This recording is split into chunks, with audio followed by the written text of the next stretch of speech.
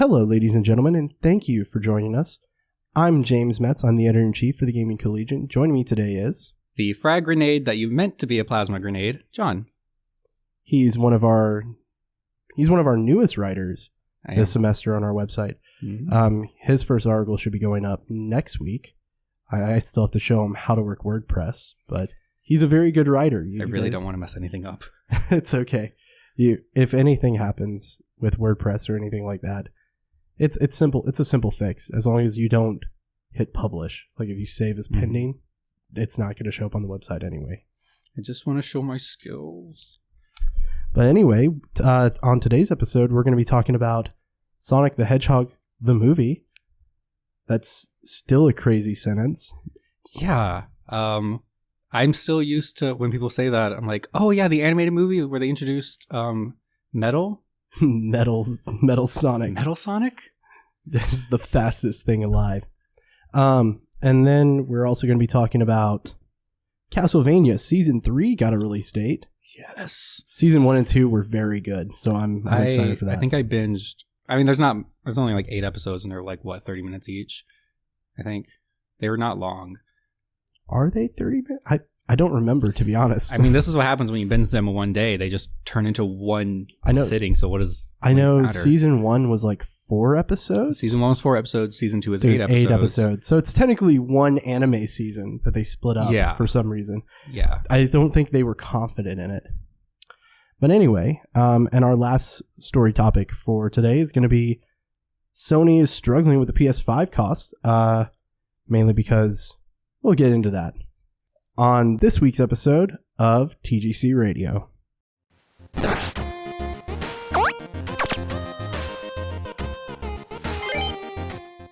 All right, back from the intro. How's everyone doing today? How are you? I'm good. I am good. It's been a quick, fun, nice day, and I'm excited to talk about games and movies and systems. Oh, yes. And anime. Let's talk about our favorite blue hedgehog. Let's talk about Sonic the Hedgehog. Sonic. So Sonic the Hedgehog is breaking all records at the box office. Mm-hmm. Domestically, Sonic made $57 million. Yep. Its opening weekend. Mm-hmm. That's domestically. So I think worldwide it got like 70 million. So yeah, that sounds about right. Yeah, I think globally, typically movies make double than what they do in America. Yeah, and it's gonna it's getting there. It's gonna be interesting to see what the final number is on Sonic the Hedgehog. And I'm assuming it's just gonna keep getting better. Hopefully, I mean, strong opening weekend. Everyone. I don't know if it's opened up in. So actually, according to this article by IGN via Variety, it brought in 100 million worldwide.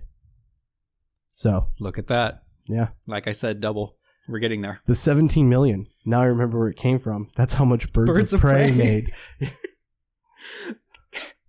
I don't know why. Like I love DC. Mm-hmm. Like I love DC Comics. I'm a big fan of DC Comics. Mm-hmm. I don't understand why they are still trying with this Suicide Squad movie franchise. That is so fascinating to me. It doesn't work. After the abysmal bomb that the Suicide Squad movie was, like, no, very few people liked it. Critical bomb. Financially, It did extremely well. Oh, did it? Yes. So a lot of people, so the studio is going to be like, well, it made a shit ton of money and there's a lot of advertising that came through with it. But 2 sequels? To be fair, I think the Suicide Squad with James Gunn, 1, it's with James Gunn. It's probably going to be pretty good. 2, I don't think it's a sequel. I think it's actually a reboot, like a soft reboot. Yeah. Oh yeah, because isn't the title of it just like Suicide Squad? Just Suicide Squad. Yeah. But it's confirmed as a sequel. It's a reboot technically, because Will Smith's not coming back. Like the only character that's like really reprising their role is Margot Robbie as Harley Quinn, because like that was the only character people liked really. Idris Elba is going to be in it, but very fascinating. I think he's going to be playing like Tiger Mask or some shit.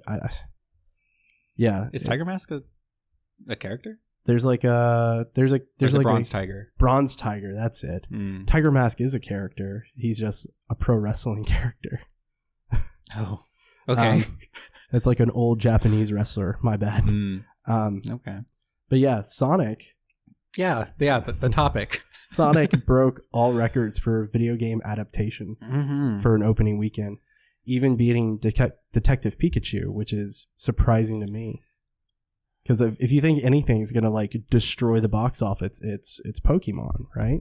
I mean, it has like the highest grossing. Like Pokemon, the first movie, was like the highest grossing animated film for a long time. Until Spirited Away or some shit. Yeah. Yeah. And then I remember seeing Pokemon 2 in the theaters. That was a good time to be a child. Pokemon 2000? Yeah. I remember being a kid and asking for Yu-Gi-Oh! The movie, and my grandmother was this early 2000s, so my grandmother was super into bootleg movies. I thought you mispronounced Lugia for a second. I was like, what are you talking about? Yu-Gi-Oh! You know. Oh yeah, that thing. You know, my grandfather's deck has no pathetic cards, Kaiba. You know, that thing? Yu-Gi, everything you have is kind of pathetic. The show just says otherwise. I know, right? Like in the actual there's game, no way this deck would work. Yeah, and ever. The actual game, like his deck is like awful, and it doesn't follow the rules. But anyway, have you seen Sonic? Have you gone to watch it? I have not yet. Having it open on Valentine's weekend didn't really match with my schedule. So you didn't go on a date? You didn't take someone to go see Sonic? No. My boyfriend was actually... Did he work that day? No, but either way, traffic was too busy, and we tried to just go to a bar, and it was still too packed. So I said, you know what? We're staying in. We're watching Netflix. That's all I did. Let's watch You or whatever the hell's on there. So that's what I did. Let's watch Castlevania, you know? He still hasn't seen season 2. So he should watch it. It's pretty good. He should, but more on that later. I do love that when they did do Castlevania, they were like, Symphony of the Night, definitely. But yeah, it's interesting because like normally January, February is where movies go to die.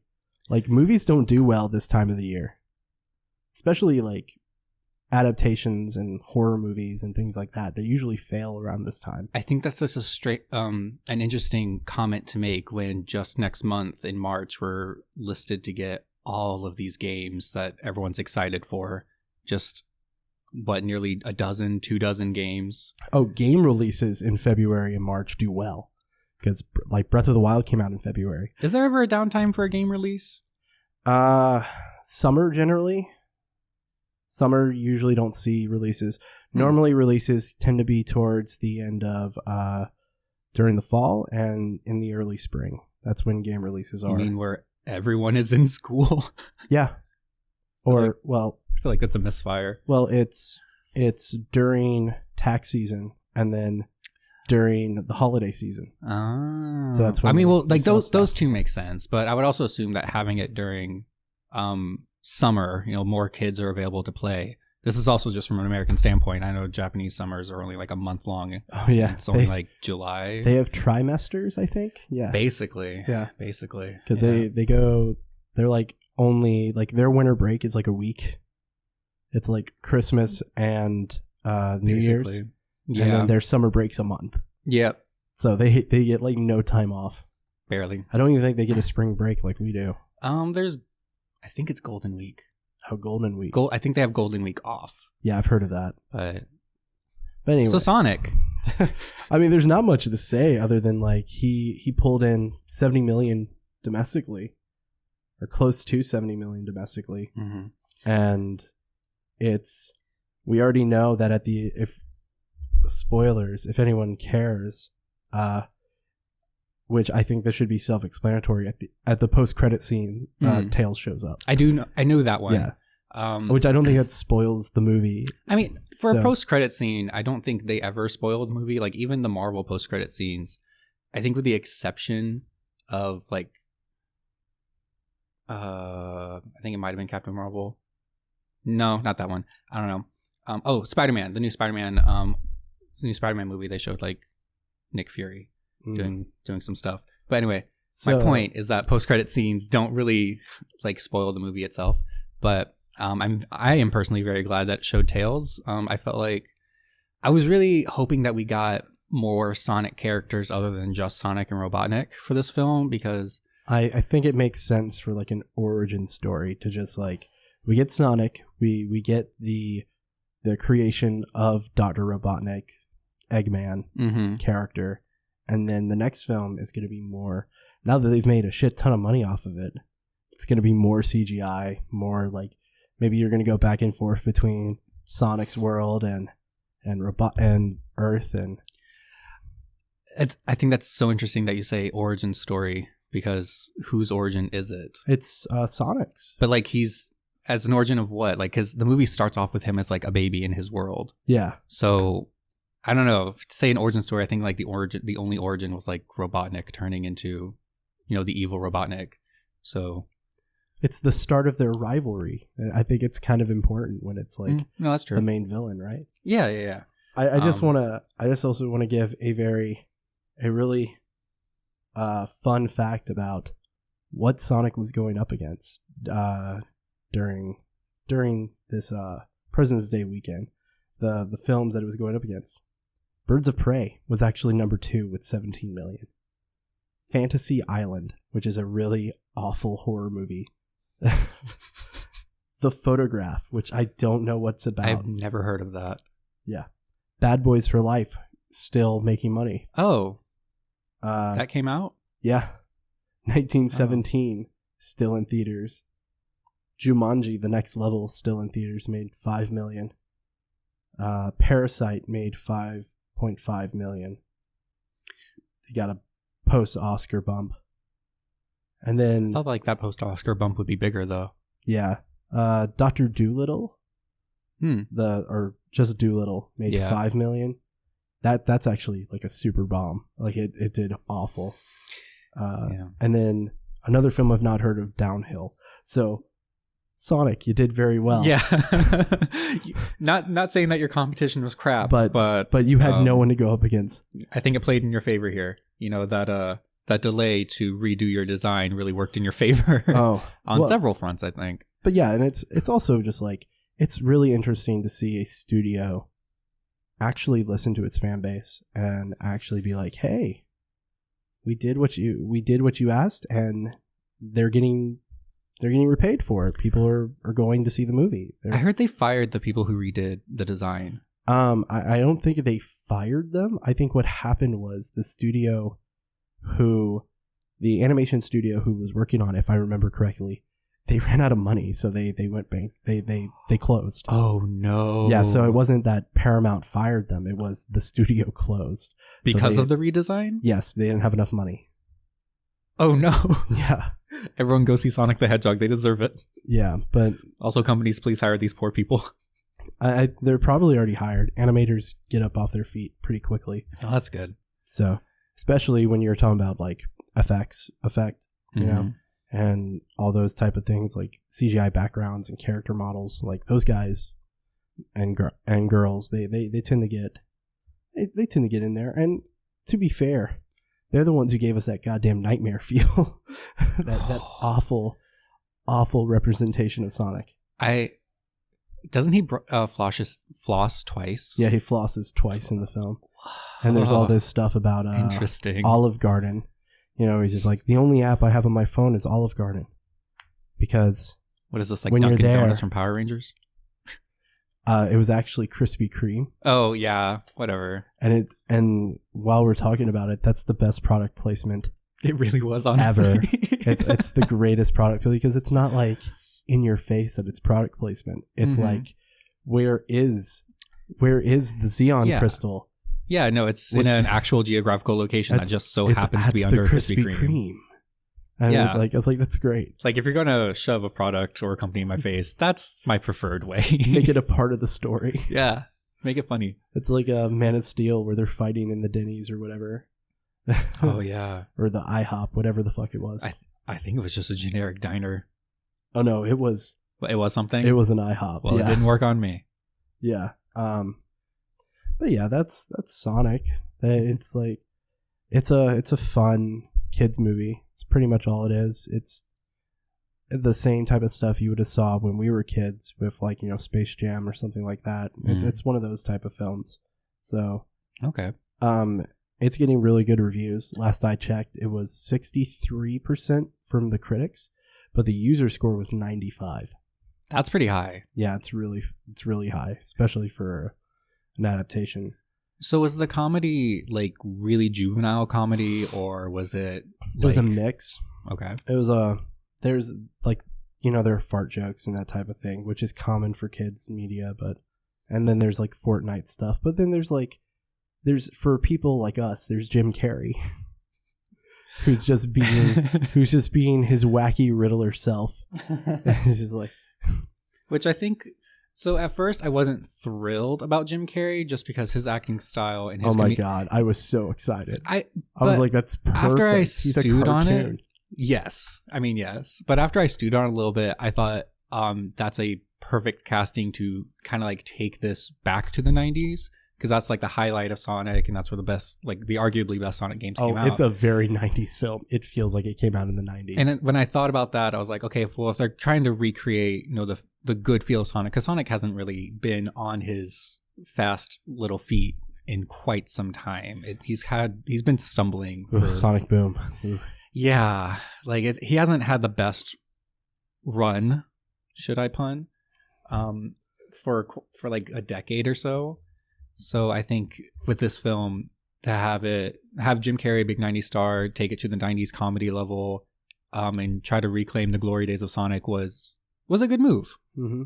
It's weird because like we talk about Sonic as a video game franchise. Sonic Boom was like what, 2013, 2014? It was a long time ago. So. Yeah, no, I remember. And then Sonic Heroes came out, and it was middling. It was okay. Wait, after Sonic Boom? Yeah. And then what is Sonic Heroes? I think it's Sonic Heroes. It's where you play as like you get to create your own character. Oh, Sonic Forces? Sonic Forces. Yeah, no, Sonic Heroes was like a 2004 game, and it was really good. You're right. That is another My take. Yeah. It was really good. But yeah, a lot of people like Sonic Heroes. But Sonic Forces was middling, and then there was the Sonic Mania. Was that like the 2D one that was made by a bunch of like fans. Americans? Yeah. Yeah. It was a fan made game that got the green, the go ahead from Sega. Dude, I did a top 5 video on Sonic Mania, and I was like, I couldn't remember the name of it. Oh no. To be fair, that came out 3 years ago, right? I think so. 2017 it came out. I think so. So that's and then there was Sonic Generations, which blended the 2D and then the 3D. But that was before Boom. Was it that long ago? Generations was before Boom because it was on the Xbox 360. I'm losing my track of time. So Sonic Generations came out in 2011. Came out 9 years ago. Wow. Yeah. Wow. I love Generations. Generations is a very good game. I'm a little bit stunned. I thought it came out way later. I thought it came out after Boom. Well, no, Sonic Boom it's actually surprising to me that let's see how old Sonic Boom is, actually. Of course, it's not going to take me to the game. It's going to take me to the concept of a Sonic Boom. I do remember. No, I don't want to go to NASA's website. Stop. I never put those two together, actually. Rise of Lyric. There we go. 2014. So it's a 6-year-old game. The game or the show? The game. Okay. So the show was probably like 2015? Yeah, probably. Or 2014. It's got a 32% on Metacritic. Yeah. I just remember watching the Game Grumps playthrough of Sonic Boom. It's one of the funniest things. Because like there's a part where like they stop like the flow of the episodes and they're just like they're showing Barry like editing the video and they're like dissecting what's going on in game, and it's so funny. Oh my god, it's amazing. There's like characters will just pop in at random. So like if you like jump down off of a cliff or something, there's like for a brief second Amy will pop into existence screaming in horror and then pop away and show up behind everyone. Why? Because they were rushed. The thought here? They were rushed to put the game out. It was a Wii U game. So, yeah, they were trying to make it for holiday. But yeah, let's let's switch gears. We've been talking about Sonic a bit much. I could go on about Sonic, honestly. I mean, who wouldn't? I mean, but let's talk about another franchise that is maligned by its creators, but has a great anime series. Let's talk about Castlevania Season 3. Ooh. So as we alluded earlier, we like the Castlevania anime show. Heck yeah. It's very good, I think, in my opinion. It was my introduction to the franchise itself. I had never played a Castlevania game. Never really gave the franchise much thought. Like, I knew it was a good pillar of the gaming community, but I watched the first season and I was like, I'm gonna go download Symphony of the Night right now. I also am very terrible. Good choice. Choice. I heard it was the best one, so I was like, I'm gonna start with that one. But I'm also very terrible at platformers. So I am going through it very slowly, and I suck. But it's a very good game to die a lot in, for me personally. It's I think Symphony of the Night was one of the first ones I played too, and there was one on the PS2 that I played a lot of that was you played as this demon maester, basically, I think is what he was called, or demon scientist or something. I liked Castlevania as a kid. So, but yeah, and then the show is so good. It's I think its characters are very well written. They're definitely the way the main trio interacts is my favorite part of it. Oh, so let's go through the tropes. Alucard is a dark and moody character who all right, get your anime Bishi boys out. Yeah. Come on. Trevor is a bad boy. He drinks a lot. All right. And then our main love interest is the kind but also very aggressive like the girl who doesn't take no shit, you know? Mm-hmm. But yeah, that's basically our main characters. Wait, what was her name? Sepha, I think. That sounds about right. Sepha, yeah, her Okay. name is Sepha. Sepha, Trevor, and Alucard. Yeah. All right. Yeah, no, she was. I think I speak for everyone when I say I cheered very hard when she made that ice wall in the second season and then just flipped it vertically and sawed someone in half. Mm-hmm. Yeah. Do you remember that? Yeah, I remember a lot of the bloody, gory stuff from it. I think about that scene particularly pretty often, just because I was like, "Damn, that's some good way to use some ice." Yeah, that's all I gotta say about that. No, I love ice powers in anime. Yeah, no, she was definitely. I would say she is my favorite. I do love the interaction between Alucard and Trevor. Oh, I'm a Trevor fan though. He's fun. Yeah, he's definitely a fun character, but I just love her no shit. Guys, can we please stay on topic attitude? Guys, stop. It's not a dick measuring contest. She's so over it. But yeah, it's for those of you who also liked Castlevania, Netflix's Castlevania, I should say. It's the new season is starting relatively soon, starting on March 5th. So soon. So that's 2 weeks away. I'm getting my tattoo finished on that day. Really? Yeah. Is it a Castlevania tattoo? No, it's it's this one. This half sleeve I have right here. Oh, okay. I have to get this part finished. And then it's done. It's done. Finally. Yeah, it's been a year. Straight up, yeah. Jeez. So, I have not seen the trailer for the season 3, but that's mainly because I don't trust Netflix when they release a trailer, because they really love to go through the entire plot. Mm-hmm. For any movie that Netflix releases, if you watch the trailer, you don't have to watch the movie. Well, the trailer here is a minute long, and it doesn't really go through. From what I saw, it just things attacking each other, you know. Alucard. And who's to say that's not the whole season? I mean, if that's the whole season, then okay. It's just people fighting each other. I mean, they do show a scene where they're in Asia by the look of it. So I guess they go to Asia, but... Is that from the games? Is Asia from the games? Is Asia from the games? Well, the games tend to take place in Transylvania, but yeah. Which is Europe. Yeah, so Eastern Europe. So yeah. It's like a stone's throw away from Asia, I guess. Wait, where did we leave off at the end of season 2? They beat Dracula. Right. And now that one woman is like trying to get in charge of one like long nailed, sleek hair woman. Yeah, now like the vampires are like what's left of them are trying to vie for control. And then there's the zombie guy, the voodoo guy or whatever, oh yeah, who's like from Africa and hates all humanity. Yes, like I think he's going to be the main antagonist.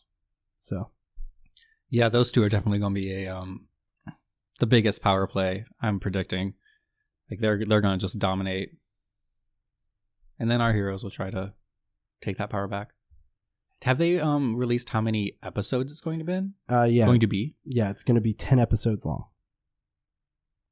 Nice. So it's the longest. So we're getting longer and longer every season. Every season. Next season it's going to be 12 episodes. Finally, as it should have been. As it should have been from the very beginning. But yeah, so it'll be a total of 22 episodes. We're almost to one full season of anime.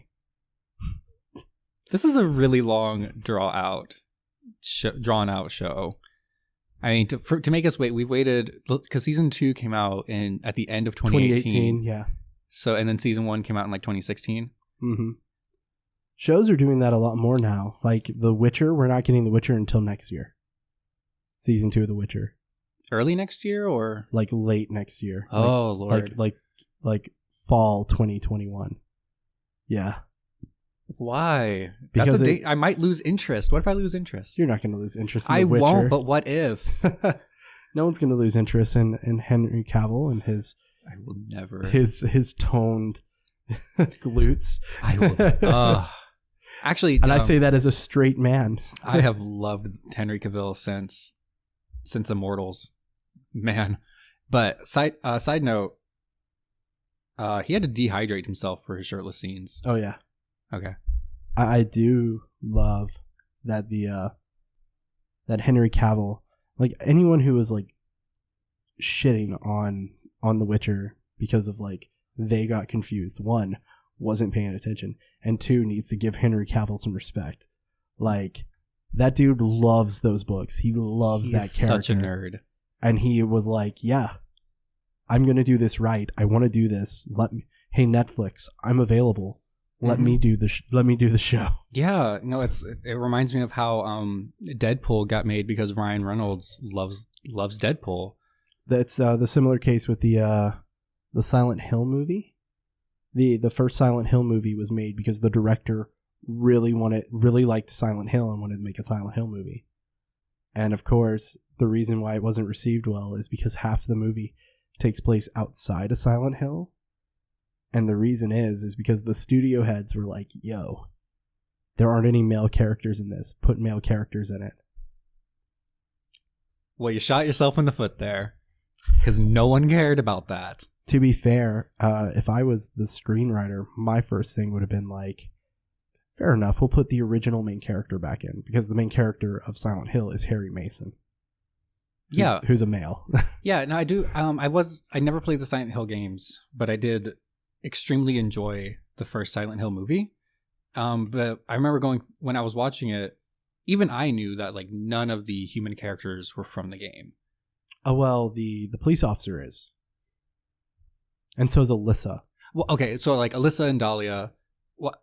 Okay, to be more Alyssa clear, and Dahlia Gillespie, they're all yeah. No, okay, so to be more clear, the main woman and her husband. Oh yeah. Were not from the games. No. And I found that very strange. Were they called Mason? Were they called the Masons or no? I don't think so. Oh, that's so weird. I know her name was Rose. Yeah. So it's like, I don't know why. I think it's just how horror films are made, right? Because you think about it, horror films, like the main character for most horror films is a female.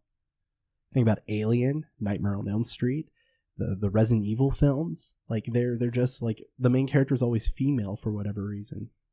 It's a very odd genre to have to primarily have female leads. Like even like Friday the 13th, Halloween, Very true. So it's like all like the big like horror films you can think of. I think like the lone exception would be like Saw and Hellraiser. But No, those are Hellraiser like, 1 had a female lead. she wasn't a lead. She was an antagonist. The girl who solved the box? So in the first Hellraiser film, it's based off of Clive Barker's book, is about the there's a guy who was like super into sex. Well, we're adults, fuck it. Yeah. Really into sex, and he finds this box and then basically makes a deal with these demons, Right. for infinite pleasure, and their idea of pleasure is not his idea of pleasure. No. And basically when he comes back, he finds that his brother's wife was his lover, and she's one of the antagonists, and she like is feeding people to him so he can become whole again. That's right. Yeah. So she's like one of the bad guys in that film. Oh, okay. Yeah, I haven't seen that film in quite some time, obviously. But I really like Hellraiser. it was a lot of fun. I was Yeah. really set to marathon it, and then Netflix took all the movies down. Oh, thank God for you. Oh no, I heard it gets bad. It gets really bad. I was still ready to. I was prepared to watch I like it. the first one, and there's this one with like a police officer that a lot of people didn't like, but I kind of enjoyed it because it was like this look into, he was like inside the box, and everything that was happening was actually, it was very Silent Hill even. Like it was like everything that was happening to him was actually hell. It gets silly by the third film. How old is the Castlevania franchise? Castlevania started on the original NES. So it's starting in the 80s. Mid 80s? Late 80s, yeah. Late 80s, mid to late 80s? Yeah. Okay, so before Silent Hill. Yeah, Silent Hill started in the late 90s. But yeah, Okay. I'm assuming you've played more Castlevania games than I have. I've barely even scratched Symphony of the Night. I've played a few, not a lot. Okay. I'll be honest. Do you think have you seen any influences taken from Castlevania? Oh yeah. Except with Bloodstain being like, let's ignore Bloodstain for right now. Oh, okay. But what games do you think drew inspiration from Castlevania? Any Metroidvania you've ever played. Well, okay. So it's because Castlevania Symphony of the Night and the Super Metroid games are the ones who started that whole genre. Right. So it's just that idea of everything looping and coming together. I think the biggest influence would probably be Dark Souls. Why do you say that? Because Dark Souls is a 3D Metroidvania. Everything is connected in the Dark Souls world. It's medieval based. You have weapons that are similar. You can even get a whip in Dark Souls. So yeah. Seems pretty on brand. Yeah. So I would say Castlevania was one of those big franchises. It's kind of like how we were talking last week about System Shock influencing things like Deus Ex and BioShock, you know? Mm-hmm. So. Well, I wish I could play more Symphony of the Night, but I'm really too bad at platformers. I'm actually playing a game called Parasite Eve right now. Yeah. I never heard of it, and I was like, wait a minute, because there's a streamer named Carcinogen who does like speedruns, and he was doing a no damage run of Parasite Eve, and I had never heard of it. I was like, what is this? And he's like, and basically it was like, for those of you who don't know what Parasite Eve is, oh, that's you mean me. Like me. Parasite Eve is a horror RPG developed by Squaresoft. Mm-hmm. It's a 90s survival horror game made in the Final Fantasy VII engine. Yep. It is so strange, and I love it. Yep. It's so great. I think the Third Birthday is their most recent one. I'm not sure if they've made another Parasite Eve since Third Birthday. I could be wrong. I don't think so. I don't think so either. I think I didn't even know they made a third one. I thought they made 1 and 2, and then the Square and the NX merger happened, and then it just disappeared. The Third Birthday is a sequel to Parasite Eve 2, and it's for the PSP. It came out in like early 2010s. Okay. I'm about to say that doesn't count. For the PSP? Was it the PSP or the PS Vita? I have it for the PSP. Okay. Oh, you have it. Yeah. Okay, cool. I started it once, and then I was like, I'm very confused. And I stopped. I don't understand what's going on. I do love it. I think I've only started it, but I was like, this is really cool. I like this. I like old PlayStation games, like PS1 games. So yeah. Though I'm probably never gonna play a Dino Crisis game because I'm just like, this is just like a more action filled Resident Evil, and I'm just like, what's the point of that? It's not making me scared. Well, since we've talked about PlayStation, should we move on, or should we keep talking about Castlevania? Yeah, let's talk about Sony and the PS5.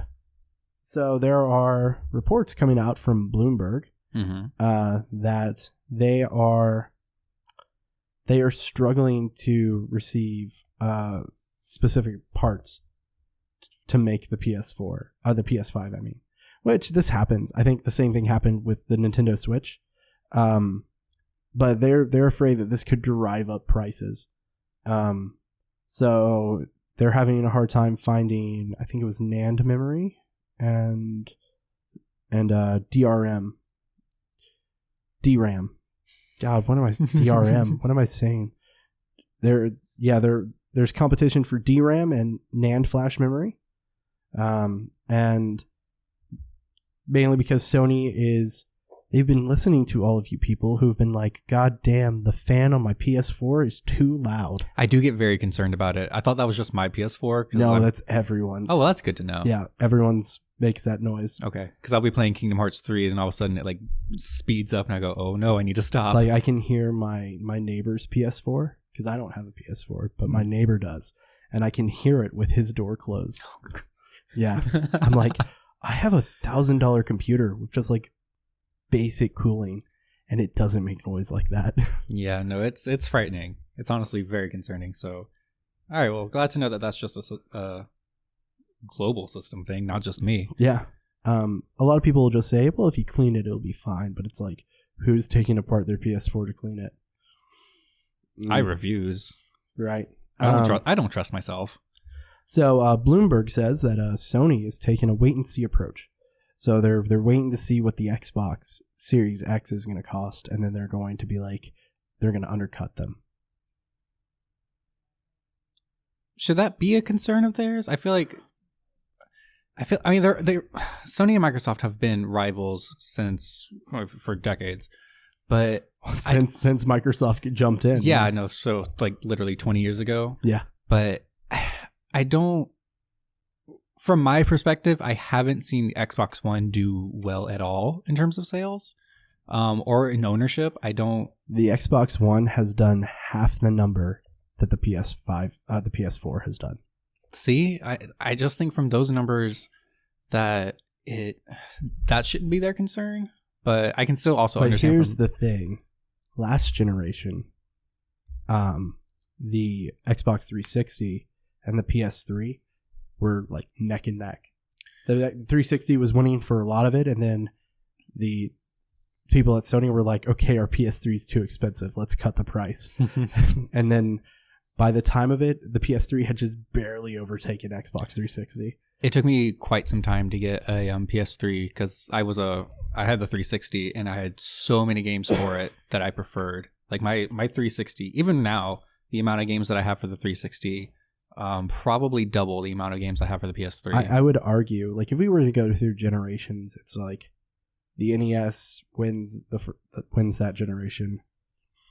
Then like the Super Nintendo beats the Genesis. I know there's a lot of people who are like, but the Genesis, trust me, I love Phantasy Stars as much as the next guy, but sorry, the Super Nintendo won. And then the next generation, the PS1 destroyed everyone. Yeah. And then the PS2 destroyed everyone. Yep. And then the 360 kind of took the lead. In terms of numbers, they lost. But in terms of like what I feel like everyone actually played, the 360 won. Mm-hmm. Technically, in numbers, the Wii won. The Wii outsold everyone. But that was because it hit a different market. Yeah. And then this generation, by far, is the PS4. Yeah. So if you think about it, PlayStation has won 3 out of 4 of the generations it's existed. They've really had a strong list of games.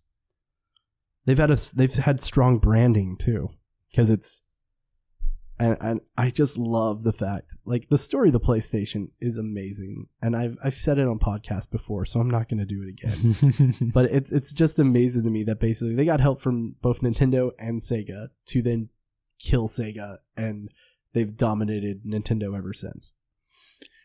Yeah, and the PS3, the PS3 definitely had its hardware was better than the 360. Because I knew the 360 couldn't handle Blu-rays, but the PS3 could. Well, the Blu-ray is a Sony IP. They created it. Well, yeah. Yes, that is also, now that I think about it, very Microsoft tried to do the HD DVD, and everyone was like, nah, we got this Blu-ray thing. The only time that mattered to me was when I had when I started Final Fantasy 13. Because for the 360, it comes in 3 discs. Oh, I loved that, though. Yeah, no, at the same, like, I was also going, I mean, this is very nostalgic. I mean, you played Final Fantasy 7 on 4 discs, Final Fantasy 9, like, all of them are in separate discs. So I was like, whatever, you guys can stop hating. I wish that would come back. I love it so much. It strangely got annoying after my 3rd playthrough of Final Fantasy 13, because then even though, like, I knew it was coming, I didn't have your 3rd playthrough? I love Final Fantasy 13. Oh my god. I think we've had this argument before. I will defend it to my dying breath. You're wrong to do so. It's an awful game. See me after the podcast. It's so bad. I love it, but even then, like, during my 3rd playthrough, I knew the break was when it was coming up to switch the discs. But I specifically remember one time playing it at my dad's house, and I didn't have the disc with me. I think just because I didn't anticipate to play that much of it that weekend, but then I played more than I anticipated, and I was like, oh well, I guess I'll just do something else now. I don't have the other disc. And that was the only time where I got mad. It's almost like Final Fantasy 13's incredibly linear, and instead of stopping and doing other things, you progress too far. Well, it's a good thing I like the story a lot. The story's not good. I think the story was wonderful. Oh, I know it's subjective, but god damn. Oh. Yeah, we finally have a 13 stan in the room. Oh man, there are more of you than you think. I know. I went to a Final Fantasy. I was like, what the fuck? It's also people who defend 12, and I'm just like, I don't understand. I don't defend 12 though. There are people who defend 12. They say it's their favorite, and I'm just like, oh no, I know some of them. It's just like being like, it's because y'all grew up with those games. I grew up with 7 and 8 and 9 and 10, so those are the best ones. Well, if you want to have a Final Fantasy podcast, call me back, and I will talk about all of them, 13 specifically, 9 specifically. I will go off on Final Fantasy. I didn't grow up with 6, but 6 is also very good, and I like 3 a lot. I like 4 a lot. So 3, I hated 3. 3 is very mundane. I will say that I can understand if you don't like 3, because it is the most basic of things. It's very basic. The only Final Fantasy that I hate more than 3 was 15. Oh man, I don't like 15 either, but that's such a wrong opinion. That is my statement. I'm sticking to it. I hated 15. I hated 3. That's you haven't played 2, have you? I have. Not all the way. But oh my god. I know. Final Fantasy 2 is awful. Well, like the 2 worst Final Fantasies are probably 13 and 2. So the PlayStation. Well, the Final Fantasy.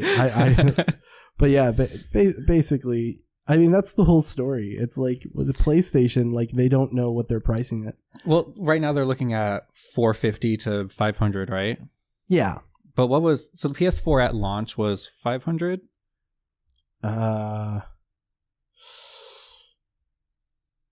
So the PS4 Pro is $400. Right. So I don't know. I don't remember what the PS4 was at launch back in 2013. That feels strange to say that like the Pro is cheaper than the original. Yeah. So I think 400 was what it was. Okay. Because the Xbox One was 500. And that was more expensive because it had PS4. to connect. Right. Remember the Kinect? I remember being excited for it, and then I also remember being disappointed. Why would you be excited? I remember playing Because I saw Project Milo. Oh, did that ever come out? No, they scrapped it. So it's like They got it in over their heads. I remember playing a Kinect for the first time in a Target. I was in high school and we were playing dodgeball on the Kinect. Yeah. It was a thing. Oh. Yeah. I just remember the dance games that show you and saying, I don't want to do this anymore because I don't want to look at myself dancing. You want to play some Star Wars dance mix on the Kinect? It's like when you play the when you're on your DS and like the screen goes black and you just see yourself kind of like double, triple, whatever chinning, and you just look really gross because you're like, oh, this is what I look like. Oh man. And it was the same thing for the Kinect. Like the Kinect would come on, show yourself, and you're like, oh, I don't want this. Yeah, there's this just like there was a game that the Fatal Frame games they're owned by Nintendo, right? Yeah. They made a Fatal Frame game for the 3DS that worked with the camera. That sounds like a wonderful idea. It was not. Yep. So it was. I knew there was a reason why I haven't heard of this game. Well, first of all, they didn't call it Fatal Frame. They didn't put a Fatal Frame tag on it, even though it's a Fatal Frame game. Like there are characters from the Fatal Frame series. What's it called? In it. It's called, I think, Cursed Camera. Yeah. That's a terrible title. Yeah, it's like this, and it has this gimmick where you like open up the, back in the day when you would get little manuals with your game. Yes. They don't do that anymore. Yes. It came with one of those, and you would use it to play the game. So you would take photos of like the book at certain points in the story of the game. Apparently, it takes like an hour to play. It's not worth it. It's not worth buying. I mean, that's a good use of the manual to actually have it serve purpose. Yeah. But that also reminds me of like when you bought. So when I got the new Nintendo 3DS. Ooh. And it came with those AR cards. Yeah. And I thought it was part of the whole AR thing. Yeah, I was like, oh, this is such a cool thing. And then it never went anywhere. Well, because that's what happens with those things, right? You're just like, hey, this is cool. You play with it once and then you never touch it again. I would like to see more though. I thought it was really neat. That's the thing. It's like gimmicks are cool for 5 minutes. Pokemon looking at you. Hey, you Pikachu. Because that's what every kid wants to do. They want to talk to Pikachu through a microphone and hope he listens. And I mean hope. Now, if that was on the Kinect. It wasn't on the Kinect. But it was on the Nintendo 64. I know, but like what if like that would be a good use of the Kinect, I would feel like, to have something like Project Milo. They did have something like that. I know they had like a pet game. Kinectimals. Yeah, they had that. They were like, come here, little tiger. Come here. Oh, God. Don't say it like that. I just like think of Octopath Traveler. Come here, kitten. Come here, kitten. But yeah,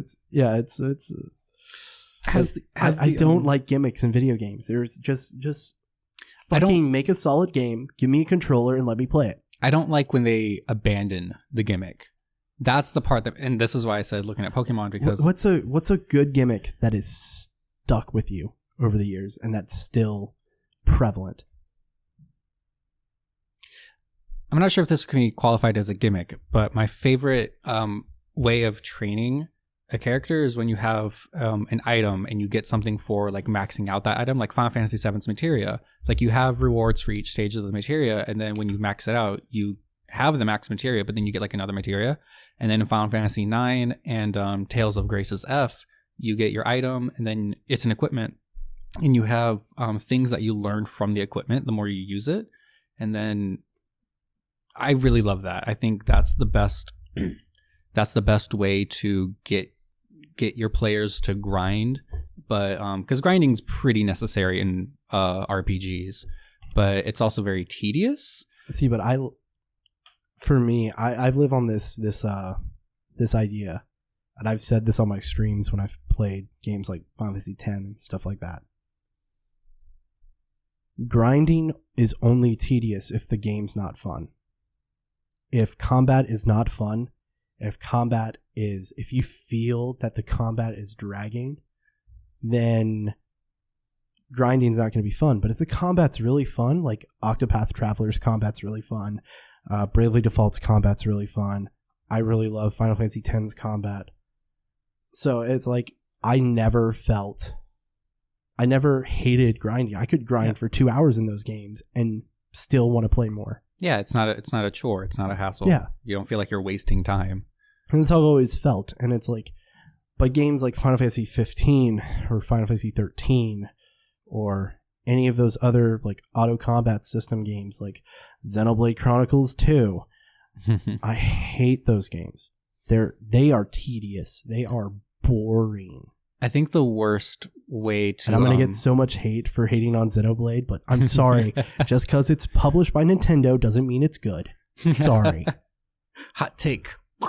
I mean, there are people who, they're like, it's Nintendo's JRPG. How dare you say something against it? I was like, it's not fun. The characters are cool. The music's great. The world building's awesome. The gameplay sucks. Xenoblade is the one where they live on the backs of like deceased giants, right? Yeah. The design for that one makes my eyes hurt, but that's besides the point. I haven't played it, but just when I look at like art and stuff, it's very like, wow, anime. There's a lot going on. It's very anime. Yeah. But so for training, I think one of the worst things to do, my mind is going to this PS2 game, Digimon World Data Squad. And Digimon World. I'm also like a huge Digimon fan. So me too. If there's ever a podcast about Digimon, I'm there.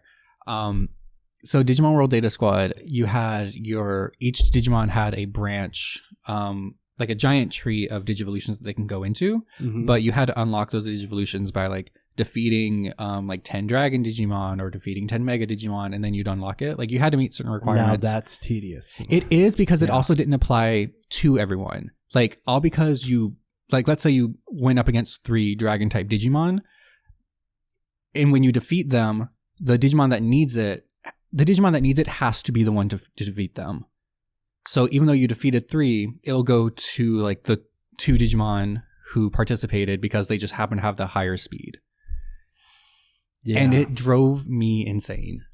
Yeah, that's because not only do you have to track those specific Digimon down, you have to make sure that your other 2 do not fight at all. I just remember the days of Digimon World on the PlayStation 1. My best times. Dude, I love that game. It's not a good game, but I love it. It is a very... It's not for everyone. It's just not. It's not. Like, I was told that to other people when they like, oh, I remember Digimon World. And I was like, yeah, don't revisit it. Unless you really want to. I revisited and I loved it. Oh, I love it. And you know they made a remake of it, right? They did? It's called Next Order.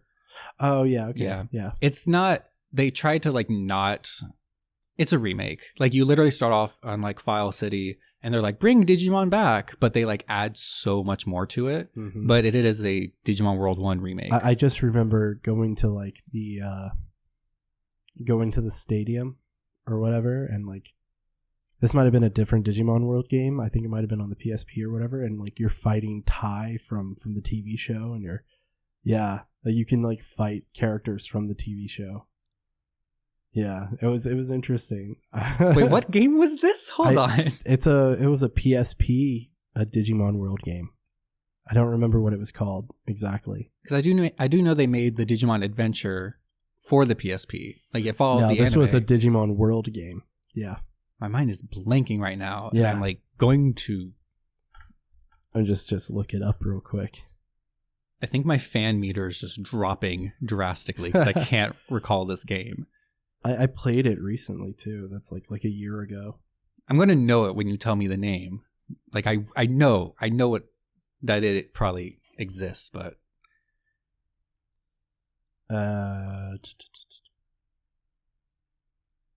Digimon World Redigitize, I think. Yeah, that's the that's the Digimon Adventure one. Is it? Pretty sure. Unless that's Adventure Redigitized. I've heard of this game. I have not played it. I didn't know it came out in America. This one, yeah, I think it's this one. Yeah, it's this one. Yeah, I don't remember going to File City or anything, but yes, you like fight Ty and other characters. Like if you go to the arena. If it's available in English, I'm gonna go home and buy it immediately.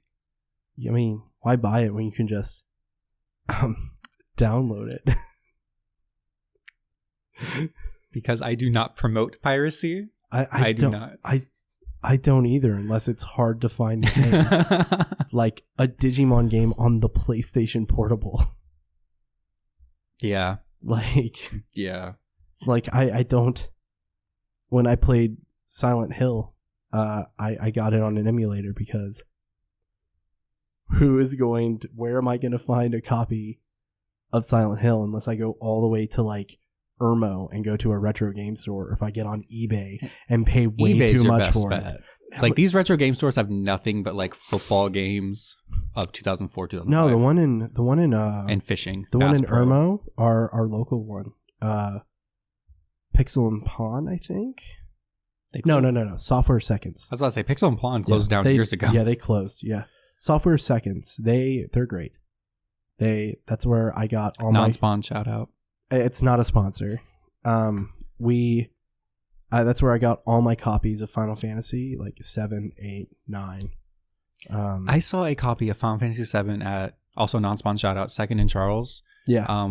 And it was all discs for like $20. I was like, for Final Fantasy 7, cheap. That game runs for $100. Yo, dude, it's like they don't know what they have. Right? It's like I think it's more than that on Steam. It's very expensive. Like it's expensive on Steam even. Yeah. It's like $15 or something. Like I know 9's 15. So. Wait, you said 7's more expensive on Steam? It might be. More than $20? I can't look up Steam right now unless I look it up on your computer, which I don't want to do. You can open up my Steam. Okay. So we can go to the store and we can look at Final Fantasy 17. This has turned into a very different podcast. I said 17, by the way. If we ever get there. I actually do have... I also have like a lot to say about Final Fantasy because it's my favorite... it's one of my favorite not genres, but one of my favorite franchises. But I think Square Enix is actually done with it. With Final Fantasy? Yes. No. Well, see, here's the thing. Okay, Final Fantasy 7 on Steam is $12. Final Fantasy 9 is $20. It deserves it. So World of Final Fantasy, $24. So back when they were making the Fabula Nova Chrysalis Chronicles, so Final Fantasy 13 versus 13, Agito 13, when they were dealing with all of that, they there was a comment about will you ever remake Final Fantasy 7? And Square Enix said, we do not plan on it because we know if we remake Final Fantasy VII, that will be the death of us as Final Fantasy as a franchise because no one is going to care about Final Fantasy after that. And then they made 13 bombed. They made Versus 13 into 15, which gets a very mixed reviews. There are a lot of people who like it and a lot of people who hate it. I'm one of the people who don't like it. As I said earlier, I don't like it. And then there was... Type 0, Agito 13 got made into Type 0, and I don't think... I've actually heard a lot of good things about Type 0. It was okay. But it's a side game. So like not a lot of people played it, and the people who played it, from my experience, like they say it's okay. So... Dissidia. So that, like, as someone who like supports Square Enix and Final Fantasy, and it's such a big part of my life, to see this happen, and then hear, like, remembering that comment, and then after 15, or like when 15 came out, and all of a sudden they're like, oh, yeah, we're remaking Final Fantasy 7. Here's the thing. I think that would make sense if we weren't in the current climate that we're in. Cold and rainy? No. In terms of the games industry, where everyone is remaking everything. They redid Shadow of the Colossus, Resident Evil 2, Resident Evil 3.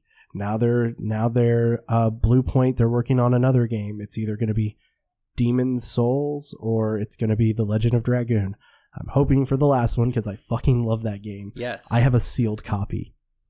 That's how much I love that fucking game. So like there's but yeah, if like they're remaking Final Fantasy VII because everyone's remaking games. Spyro, yes, I do know that trilogy. we are currently in a time where like even Hollywood does this, where nostalgia is the biggest moneymaker right now. Oh, why are they remaking Face Off? God, terrible people. The John Travolta movie? The John Travolta Nicolas Cage movie. Yes. They're remaking it without them. Okay, decisions have been made in Hollywood. That's all I'll say. I was just like, I love that movie, and it's 100% because of the two actors in it, because they're batshit crazy.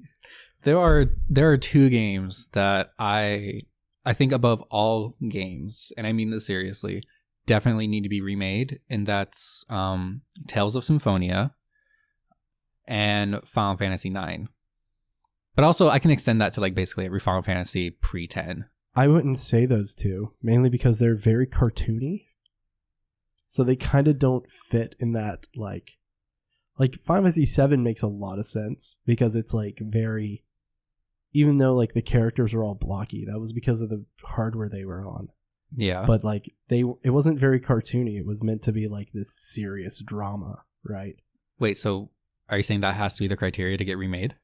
To go up to like modern graphics to make it look modern, like, cause if you're gonna make take a modern take and make it, I guess they could do what they did with Spyro and make it like a Saturday morning cartoon type of look to it. They could do that. I think the point that I want to make is that for Final Fantasy IX, to me, it's one of the top tier Final Fantasy games ever. Oh, I like 9 a lot. It's very wonderful. It's very airtight in its characters, its plot, world. I love it to death. But it gets so overshadowed that I think it needs to be. Again, I think to be fair to 9 was released at the end of the PS1's lifespan. Yeah, and like 1 year before 10. And the two games before it, 7 and 8, even if you're like kind of iffy on 8, they're both really prolific games that were really beloved. And then 10 is my favorite. It's like one of the best ones. First 3D, first voice acted. Yeah. So then you have kind of the black sheep of the group, kind of in between them. Yeah. And it's kind of a retro throwback to like the older games. So I can see why in this edgy world at the time, it got lost in the shuffle. Yeah, I think it just deserves it. And then my other game, Tales of Symphonia. Do you know this game? Yes, I know Tales of Symphonia. Well, I don't get the appeal of it. It's a solid game. I think there's a lot of nostalgia behind it. I think that's what it is. Like, I replayed Final Fantasy X recently, like over winter break, and it's still good. The storytelling, the music, all of it's so good still. I don't know if I would feel the same way if I replayed Tales of Symphonia. I technically am currently replaying Tales of Symphonia. I constantly have a file going. I've played through that game at least 6 times. And then when it came out for the PS3, I of course bought it. But they didn't do anything different. They just like probably glossed up the graphics a little bit. But going through it, like every time I go through it, the more I realize it's a little bit awkward. Just because they don't have voice acting through everything, only certain parts. And I'm currently playing through Tales of Grace's F, which has voice acting everywhere. Tales of Symphonia is like pretty quiet. And then because it's a 2004 GameCube game, its graphics are a little bit, I would say subpar, even for the time it came out in. It's very Tales of cartoony. Symphonia was originally released on the Dreamcast, if I'm remembering correctly. Symphonia? Yeah, or am I thinking of? No, I'm thinking of a different game, aren't I? I think you're thinking of Fantasia. Let me just double check, because just let me be on here and just make mistakes. Tales of Symphonia. But my point is that, like, again, playing through it, it's just really awkward because even when they go to cutscenes, it's very stiff movement, very slow movement, and then it's the same for their soundtrack. It's a lot of the same, like, 3-second sound bites just replayed over and over and over throughout the entire cutscene, and it's just kind of grating on the ears. It's really stiff to watch, really awkward on the eyes. You're completely right. It was on the GameCube originally. Yeah. I don't... What? There was a Tales game, I'm pretty sure, on the Dreamcast. I mean, the Tales games have been out since the early 90s. Yeah. I don't know. Let's see. It would be like...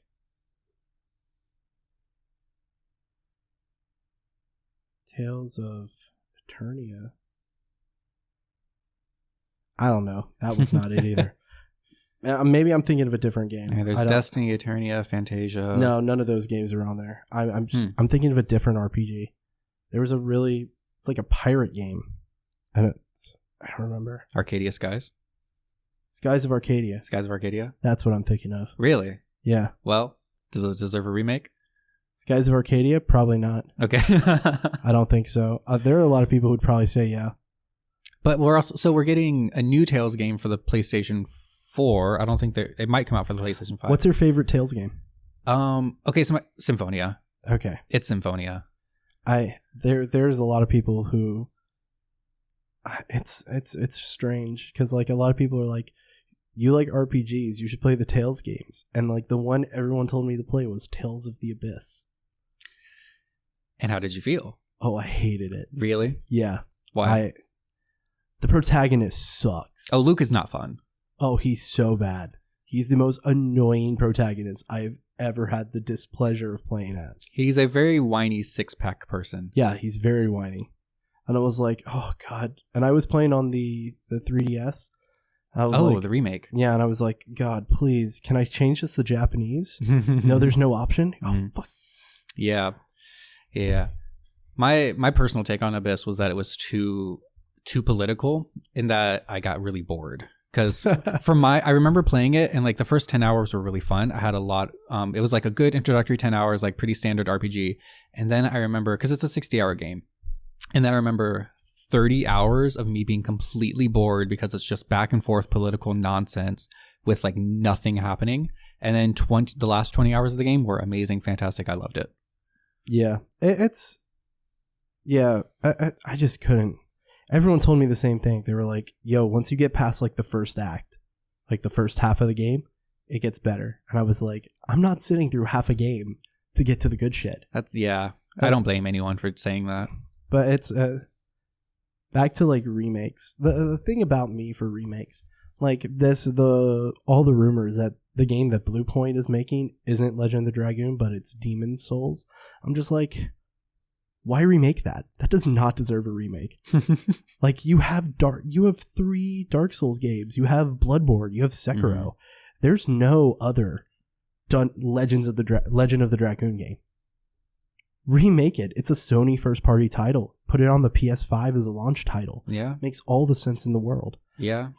And like I love Silent Hill, but I'm not going to be up here and say, hey, remake Silent Hill 1 a 4th time. No, remake Resident Evil for the 5th. Yeah. 7th? 10th? I think Resident Evil 1 was remade. You had Resident Evil, you had the director's cut, you had the remake for the GameCube, and then you had HD. It was on the DS as well. There's a DS version? Yeah. Ooh, so 5. There's 5 versions of the original Resident Evil. I still feel like I'm missing 2. There's like a light gun version. I feel like they've remade it as many times as they've remade Skyrim. Yeah. For every Skyrim, there's a Resident Evil 1. Those are re-releases. Those are different. Oh, excuse me. like there's a significant difference between the director's cut and the original Resident Evil. The original Resident Evil is funny as hell. It is. Like there's live action cutscenes. I said this last fucking stream too. We were talking because we had the Resident Evil Netflix thing that we were talking about. But yeah, but Silent Hill, like the first game in Silent Hill, was remade 3 times. Well, technically remade twice and then made the first time. So Silent Hill Shattered Memories, which is just the original game. Oh, is it? Yeah, you play as Harry Mason. And your decisions that you make in like this psychological profile, that's actually your daughter. Spoilers. Okay. Determines what happens in the game and how characters look. But there's like these chase sequences, like something on a clock tower that aren't fun. But yeah, and then there's Silent Hill Origins, which is pretty much the first game. So it's just like, yeah, and there is a rumor that they're thinking about remaking Silent Hill again and rebooting it. I mean, people will buy it. People want it. People wanted a new Silent Hill. That's what they wanted. They wanted Hideo Kojima, Guillermo del Toro, and Junji Ito, the 3 greatest like horror minds ever, working on the damn game. Are you making a very specific point about PT? Yes. I mean, could you just like Guillermo del Toro and Junji Ito on a project together? You know who Junji Ito is? I do. Yeah, there's a lot of good collabs that could happen, and there's just they had like the stuff that just doesn't happen. They had the perfect one, and then Konami was just like, you know what? We like gambling. Let's put more money into that. Sorry, Kojima, get the fuck out. Yeah, I don't know what happened there. Oh, Konami. What happened? That's speaking of Castlevania. Oh, yes. God. Like, they kicked out the creator of Castlevania, too. Like, Konami is a dumpster fire. Like, I just... How long ago was that? It was a long time ago. Oh. Because he made Bloodstained. Do they just, like, wait for stuff to get popular and stuff to get good and then say, all right, bye? Well, no, they're just leeches at this point. Like, they released that new Contra game that's garbage. The last Metal Gear game they released was Metal Gear Survive, which was a fucking zombie game that you had to pay for save files for. Konami's awful, dude. And that's why everyone was like, oh my god, they're remaking they're making a new Silent Hill game, or remaking it. They're thinking about it anyway. Are you excited for it? No, because I don't trust Konami. Yeah, I'm not feeling particularly comfortable about them right now either. So it's like, I was like, Capcom, please. Capcom, go buy Silent Hill. Please. I want the Silent Hill, I want the Resident Evil team to make a Silent Hill game if we can't get Guillermo del Toro and Junji Ito. Has the Persona 5, has the PS5, are there any confirmed titles for it? Nope. No? There are no confirmed titles for the Xbox Series X either. Well, So, Halo Infinite or whatever, but that's also supposed to be an Xbox One game. Yeah. So, I think we're going to learn, at least about Xbox, we're going to learn a lot more at E3. Mm-hmm. Because they didn't sign Ninja Theory and Obsidian and inXile and all these really well established veteran studios to sit around and do nothing, right? They're going to make games for their console. I'm excited to see what Obsidian is going to do. Like, that's my favorite studio. Like, it used to be Square Enix until Square Enix shit the bed a couple too many times. They're being weird lately, gotta say. Very weird. Although Verum Rex, I'm actually kind of excited for, if that ever becomes a thing. It's the Kingdom Hearts spinoff. Yeah. Was that greenlit?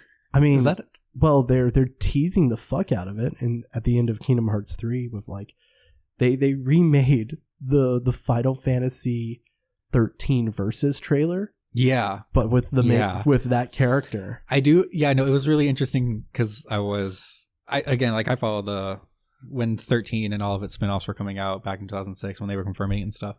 I was up that. Are you ready for a Final Fantasy game that actually takes place in actual Tokyo? No. That's basically what it's going to be. I don't want that. I didn't like 15 because I was like, this doesn't feel like Final Fantasy to me. Yeah, I do. Yeah. Well, I mean, like 15, they did change it from their original concept because I do remember they had they released a video long ago, but it showed Noct and Stella, and they're in like this Tokyo-esque city, and like a behemoth is like charging through. And I remember watching it and just going, this is really strange. Just because it was like a city, it was just skyscrapers, just very generic. real world buildings. Real world. Yeah. I was like, I don't know how to feel about this, but it's not good. When I was playing it, I never finished it, by the way. I was 15? streaming it. Yeah. Because I was just like, I can't do this anymore.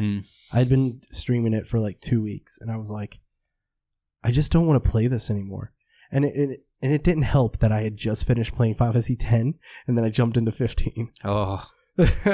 So I went from like my favorite Final Fantasy to like one of the most boring ones. To the rotten apple.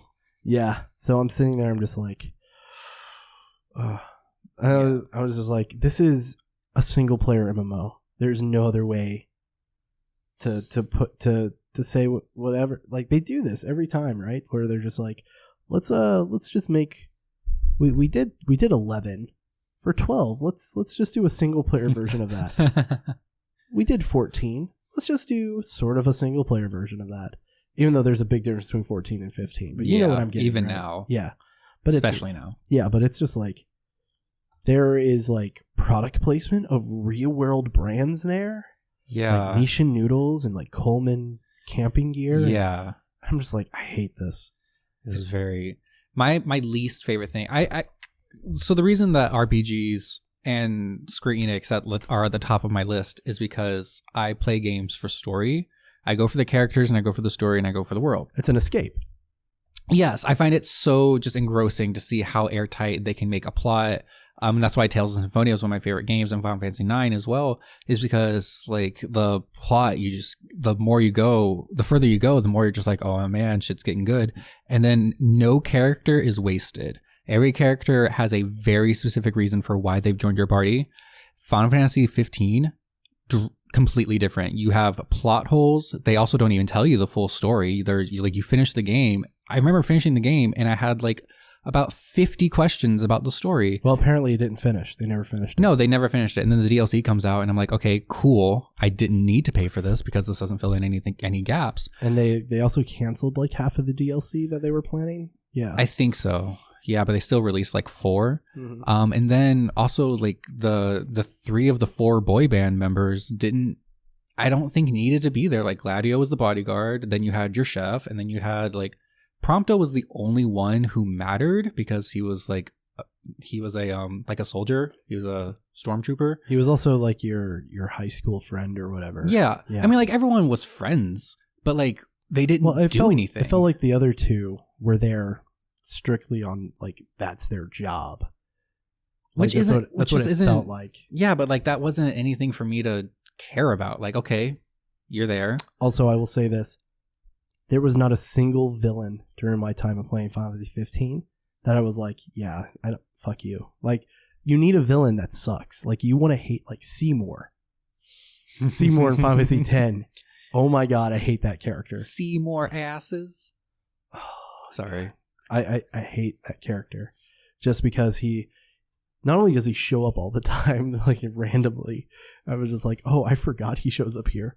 Like, he shows up right before you fight Jekt. And I'm just like, oh god. Oh, it looks like I'm just gonna have to use double cast Ultima and kill you. I'm not prepared. Oh, I was very prepared. I defeated the Omega ruins before I went to the final boss. Which one is that? That's it's where you go fight the Omega weapon. And, obviously. Yeah, and you basically my Yuna had like over 100 magic. And, I don't think I did that much in 10. And when I fought Jekt, I beat him in 2 double cast Ultimas. Definitely did not get that strong. Yeah. I beat the game. So I beat Seymour in 1 hit. I went to go get the summons and then I called it a day. Yeah, I had all the summons. I had all the celestial weapons and everything, except for 2 of them, because there were 2 that I'm never gonna get. Lulu's. Because Lulu's, you have to dodge the lightning. 200 lightning bolts. Yeah. I tried for like 2 hours and I was like, I give up. It's a lot. And then Waka's, you have to go do all the Blitzball stuff. Yeah. So. Yeah, the only summon I didn't get was the Sylph Sisters, because you have to do very specific stuff at very specific times. The Magus Sisters? Yes. No. No? They're very easy to get. I know there was a reason why I could not get them. They're very easy to get. Well, you just look up online how to get them. It's really easy, actually. Well, I don't know what I'm talking about. But In fact, like the hardest one is Yojimbo, just because you have to get all the money for him. I think that was the first optional one I got. Yeah. The first optional one I got was Yojimbo, and then I got Anima. Yeah. Anima's so cool. Love Anima. Anima's my favorite summon by far. Yeah. Like in any of the Final Fantasy games. Like I was like, why haven't they brought back Anima? He needs to Bring back reappear. Anima. He needs to reappear. Like if I was allowed to make a Final Fantasy game, even a spin-off, Anima would be a summon. Yeah. Because Anima's awesome.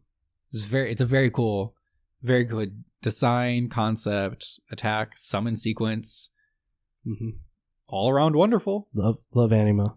But anyway, we have run out of time. Thank you for joining me today. Thank you for having me. And thank you guys so much for watching.